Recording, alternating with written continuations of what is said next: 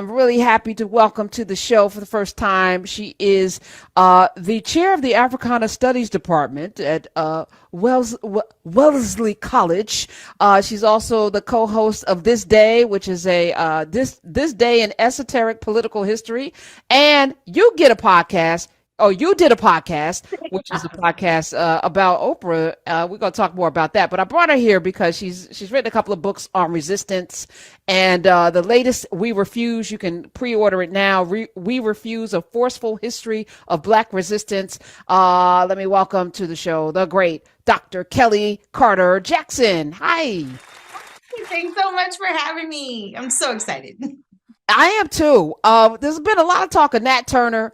And Denmark Vesey and John Brown. There's been a lot of talk, as we all imagine ourselves as that if we were enslaved. But the reality is, maybe, Dr. Jackson, that we would probably just be enslaved for generations the way our ancestors were. And there was nothing weak about them because resistance shows up in staying alive as well, which we don't talk enough about. Yeah. So you have the book before this one that's coming out, Force and Freedom: Black Abolitionists and the Politics of Violence. Yeah. What motivated this book? And there's a story out of there that we may not know. There's so many stories.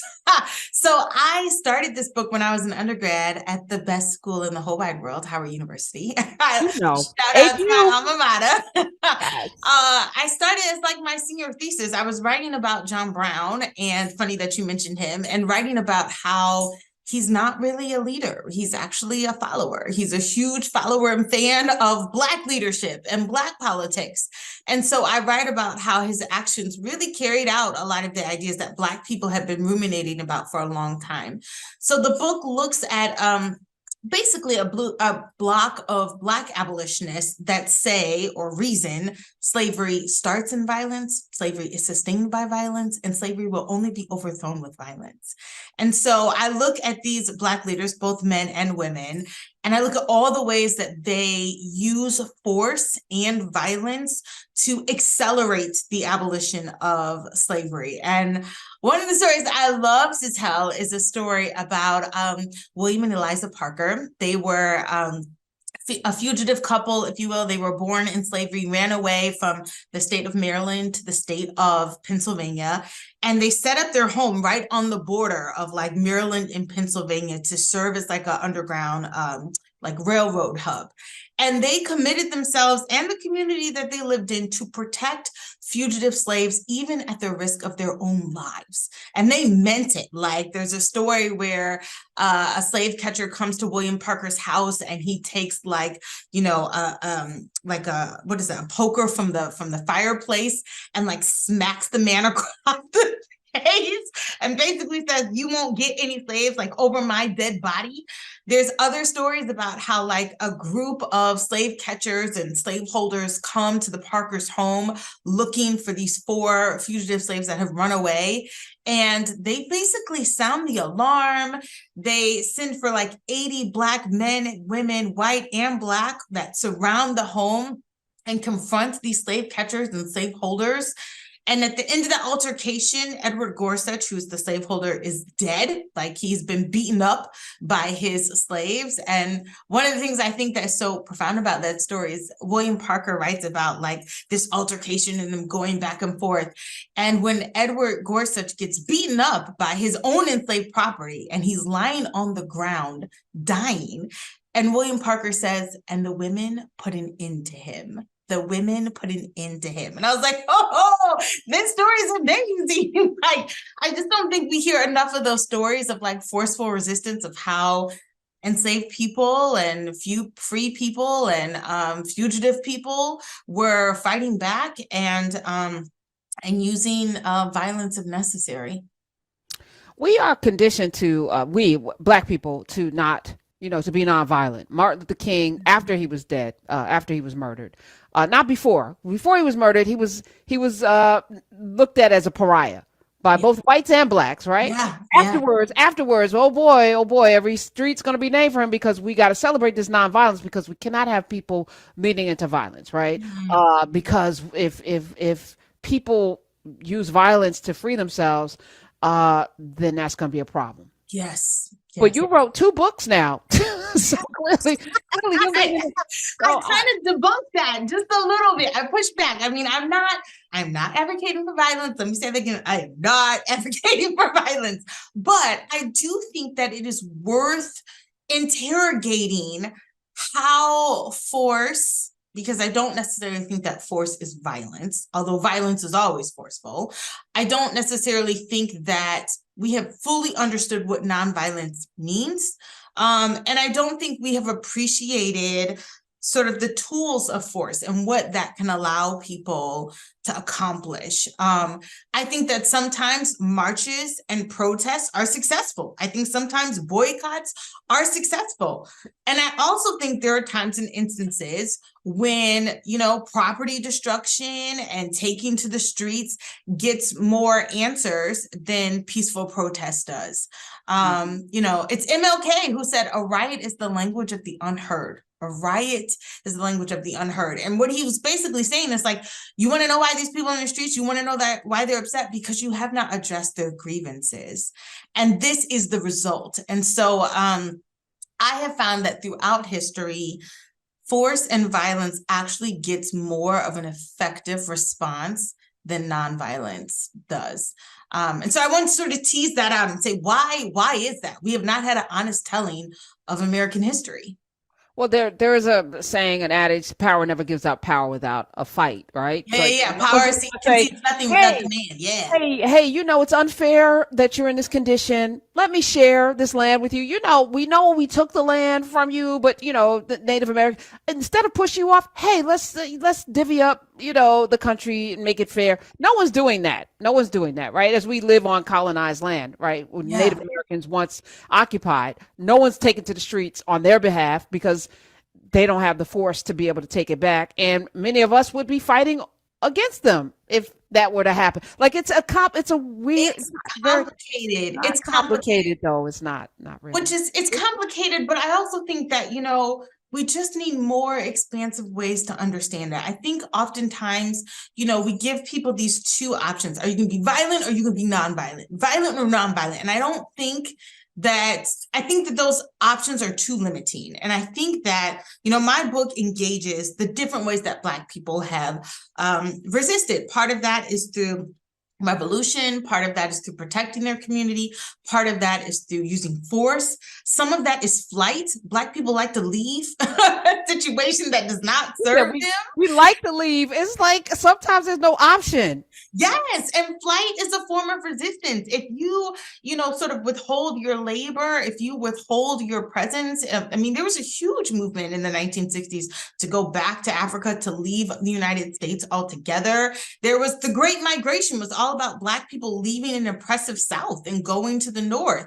We've seen the reverse migration, where people like my parents have moved back to the South. Black people are always in search of places where they can sort of be and belong. And flight, I think, is a part of that resistance. And the last chapter I look at is really joy, how Black people use joy as a weapon. And I think, to me, that's one of the most potent tools. Like when I think about the Montgomery Brawl that happened in the dock in Alabama, there was a lot of resistance there, but mostly it was joy. Like when we were all on our phones hollering with laughter about the gifts and the memes, there is joy in resistance. There is joy in Black culture and Black humanity. And I think that is one of the most powerful tools we have, is our joy. We were talking with Dr. Kellie Carter Jackson. The new book is We Refuse. On the cover is a beautiful Black woman with hair raising up to the sky and coiffed. Oh my goodness. With a gun, dressed in all white with a gun. Yeah. That was a powerful cover. Yes, Dr. Jackson. Intentional? Yes. Yes, absolutely. So I want to shout out the artist, Taha Clayton. Taha Clayton is his name. You can follow him on Instagram. He made this beautiful portrait. And if you see the actual portrait, it's like the size of a wall. It's huge. And one day my publisher was going to a gallery. He saw this painting and he said, "Oh, that's Kellie's book cover. And like clear as day. And he showed it to me and I was like, oh my gosh, it is so arresting. It is so striking.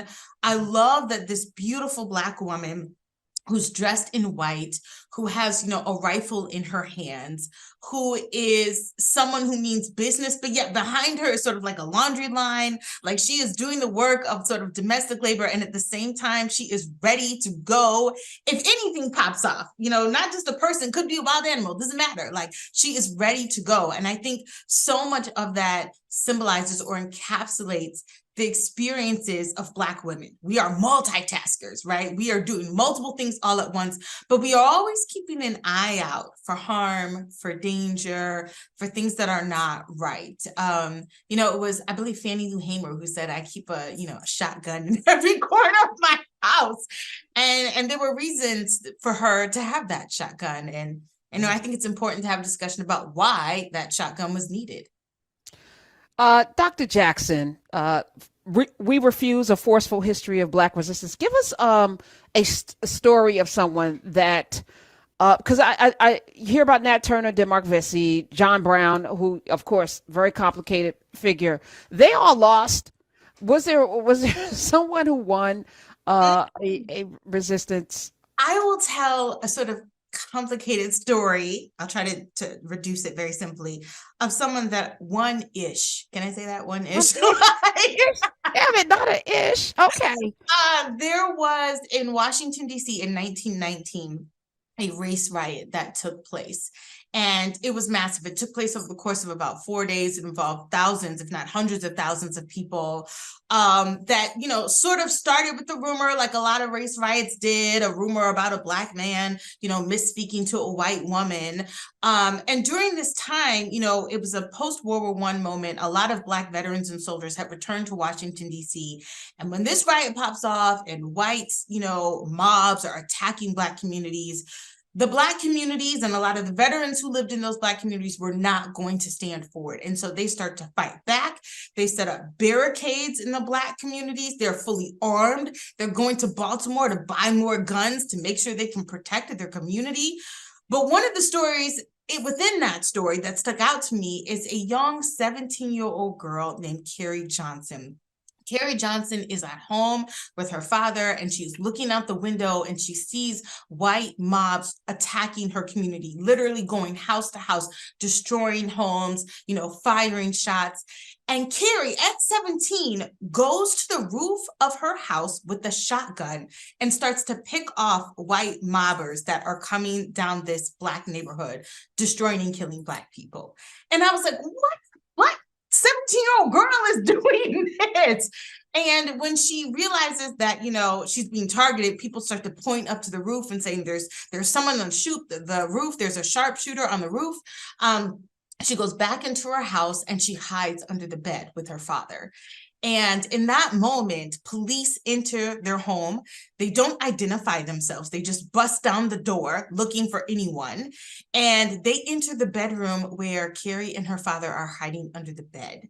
And when they enter the room and don't identify themselves, Carrie's father was like, listen, girl, you better shoot to kill. And she shoots those police officers. She shoots a detective and she actually kills him, which is wild.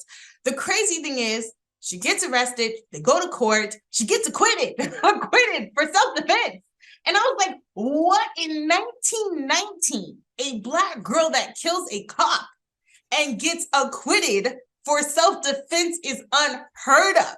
And the crazy thing is, there were poems written about this girl in 1919. Young Black girls in Baltimore are like, you are my hero, you are my shero. It's stories like that I'm just like, why don't we know about Carrie? Why don't we know about these moments? I want to have you back on more frequently if you will come through. Kellie. Oh, absolutely. It would be my pleasure. Yes. All right. Because I like this. Your energy is sickening. So I love that too. Now you have a podcast. You did a podcast, which is hilarious. Just really quickly, we got a little bit of time. What made you want to do a podcast about Oprah Winfrey? First of all, thank you, because as time goes on, we'll forget her impact. Oh, yeah. Because nobody's going to chronicle it. And my so niece is 17 and she said, who's Oprah? And I was like, what? my girls, like, she was not aware of her significance. And that just was not acceptable to me. So part of the reason I started the podcast was because I was a huge Oprah fan. And me and my bestie, Leah, we wanted to sort of relive some of these iconic moments that you think of. Oprah covers the LA riots. Oprah interviews Toni Morrison. Oprah has this interview with Tom Cruise. Oprah's always giving like the best interview. She's got her book club. She's giving away cars. Like her journey as like a TV show host is iconic, and she stands the test of time. There are a lot of, daytime talk shows in the 90s and the 2000s that don't have the sort of longevity that Oprah had, and Oprah becomes a kingmaker. She has the Midas touch. And I think younger generations, Gen Zers, they're not familiar with Oprah. They don't understand her significance. And so, we want to use this podcast to remind them. So it's a lot of fun. We go down rabbit holes and talk about everything you can imagine.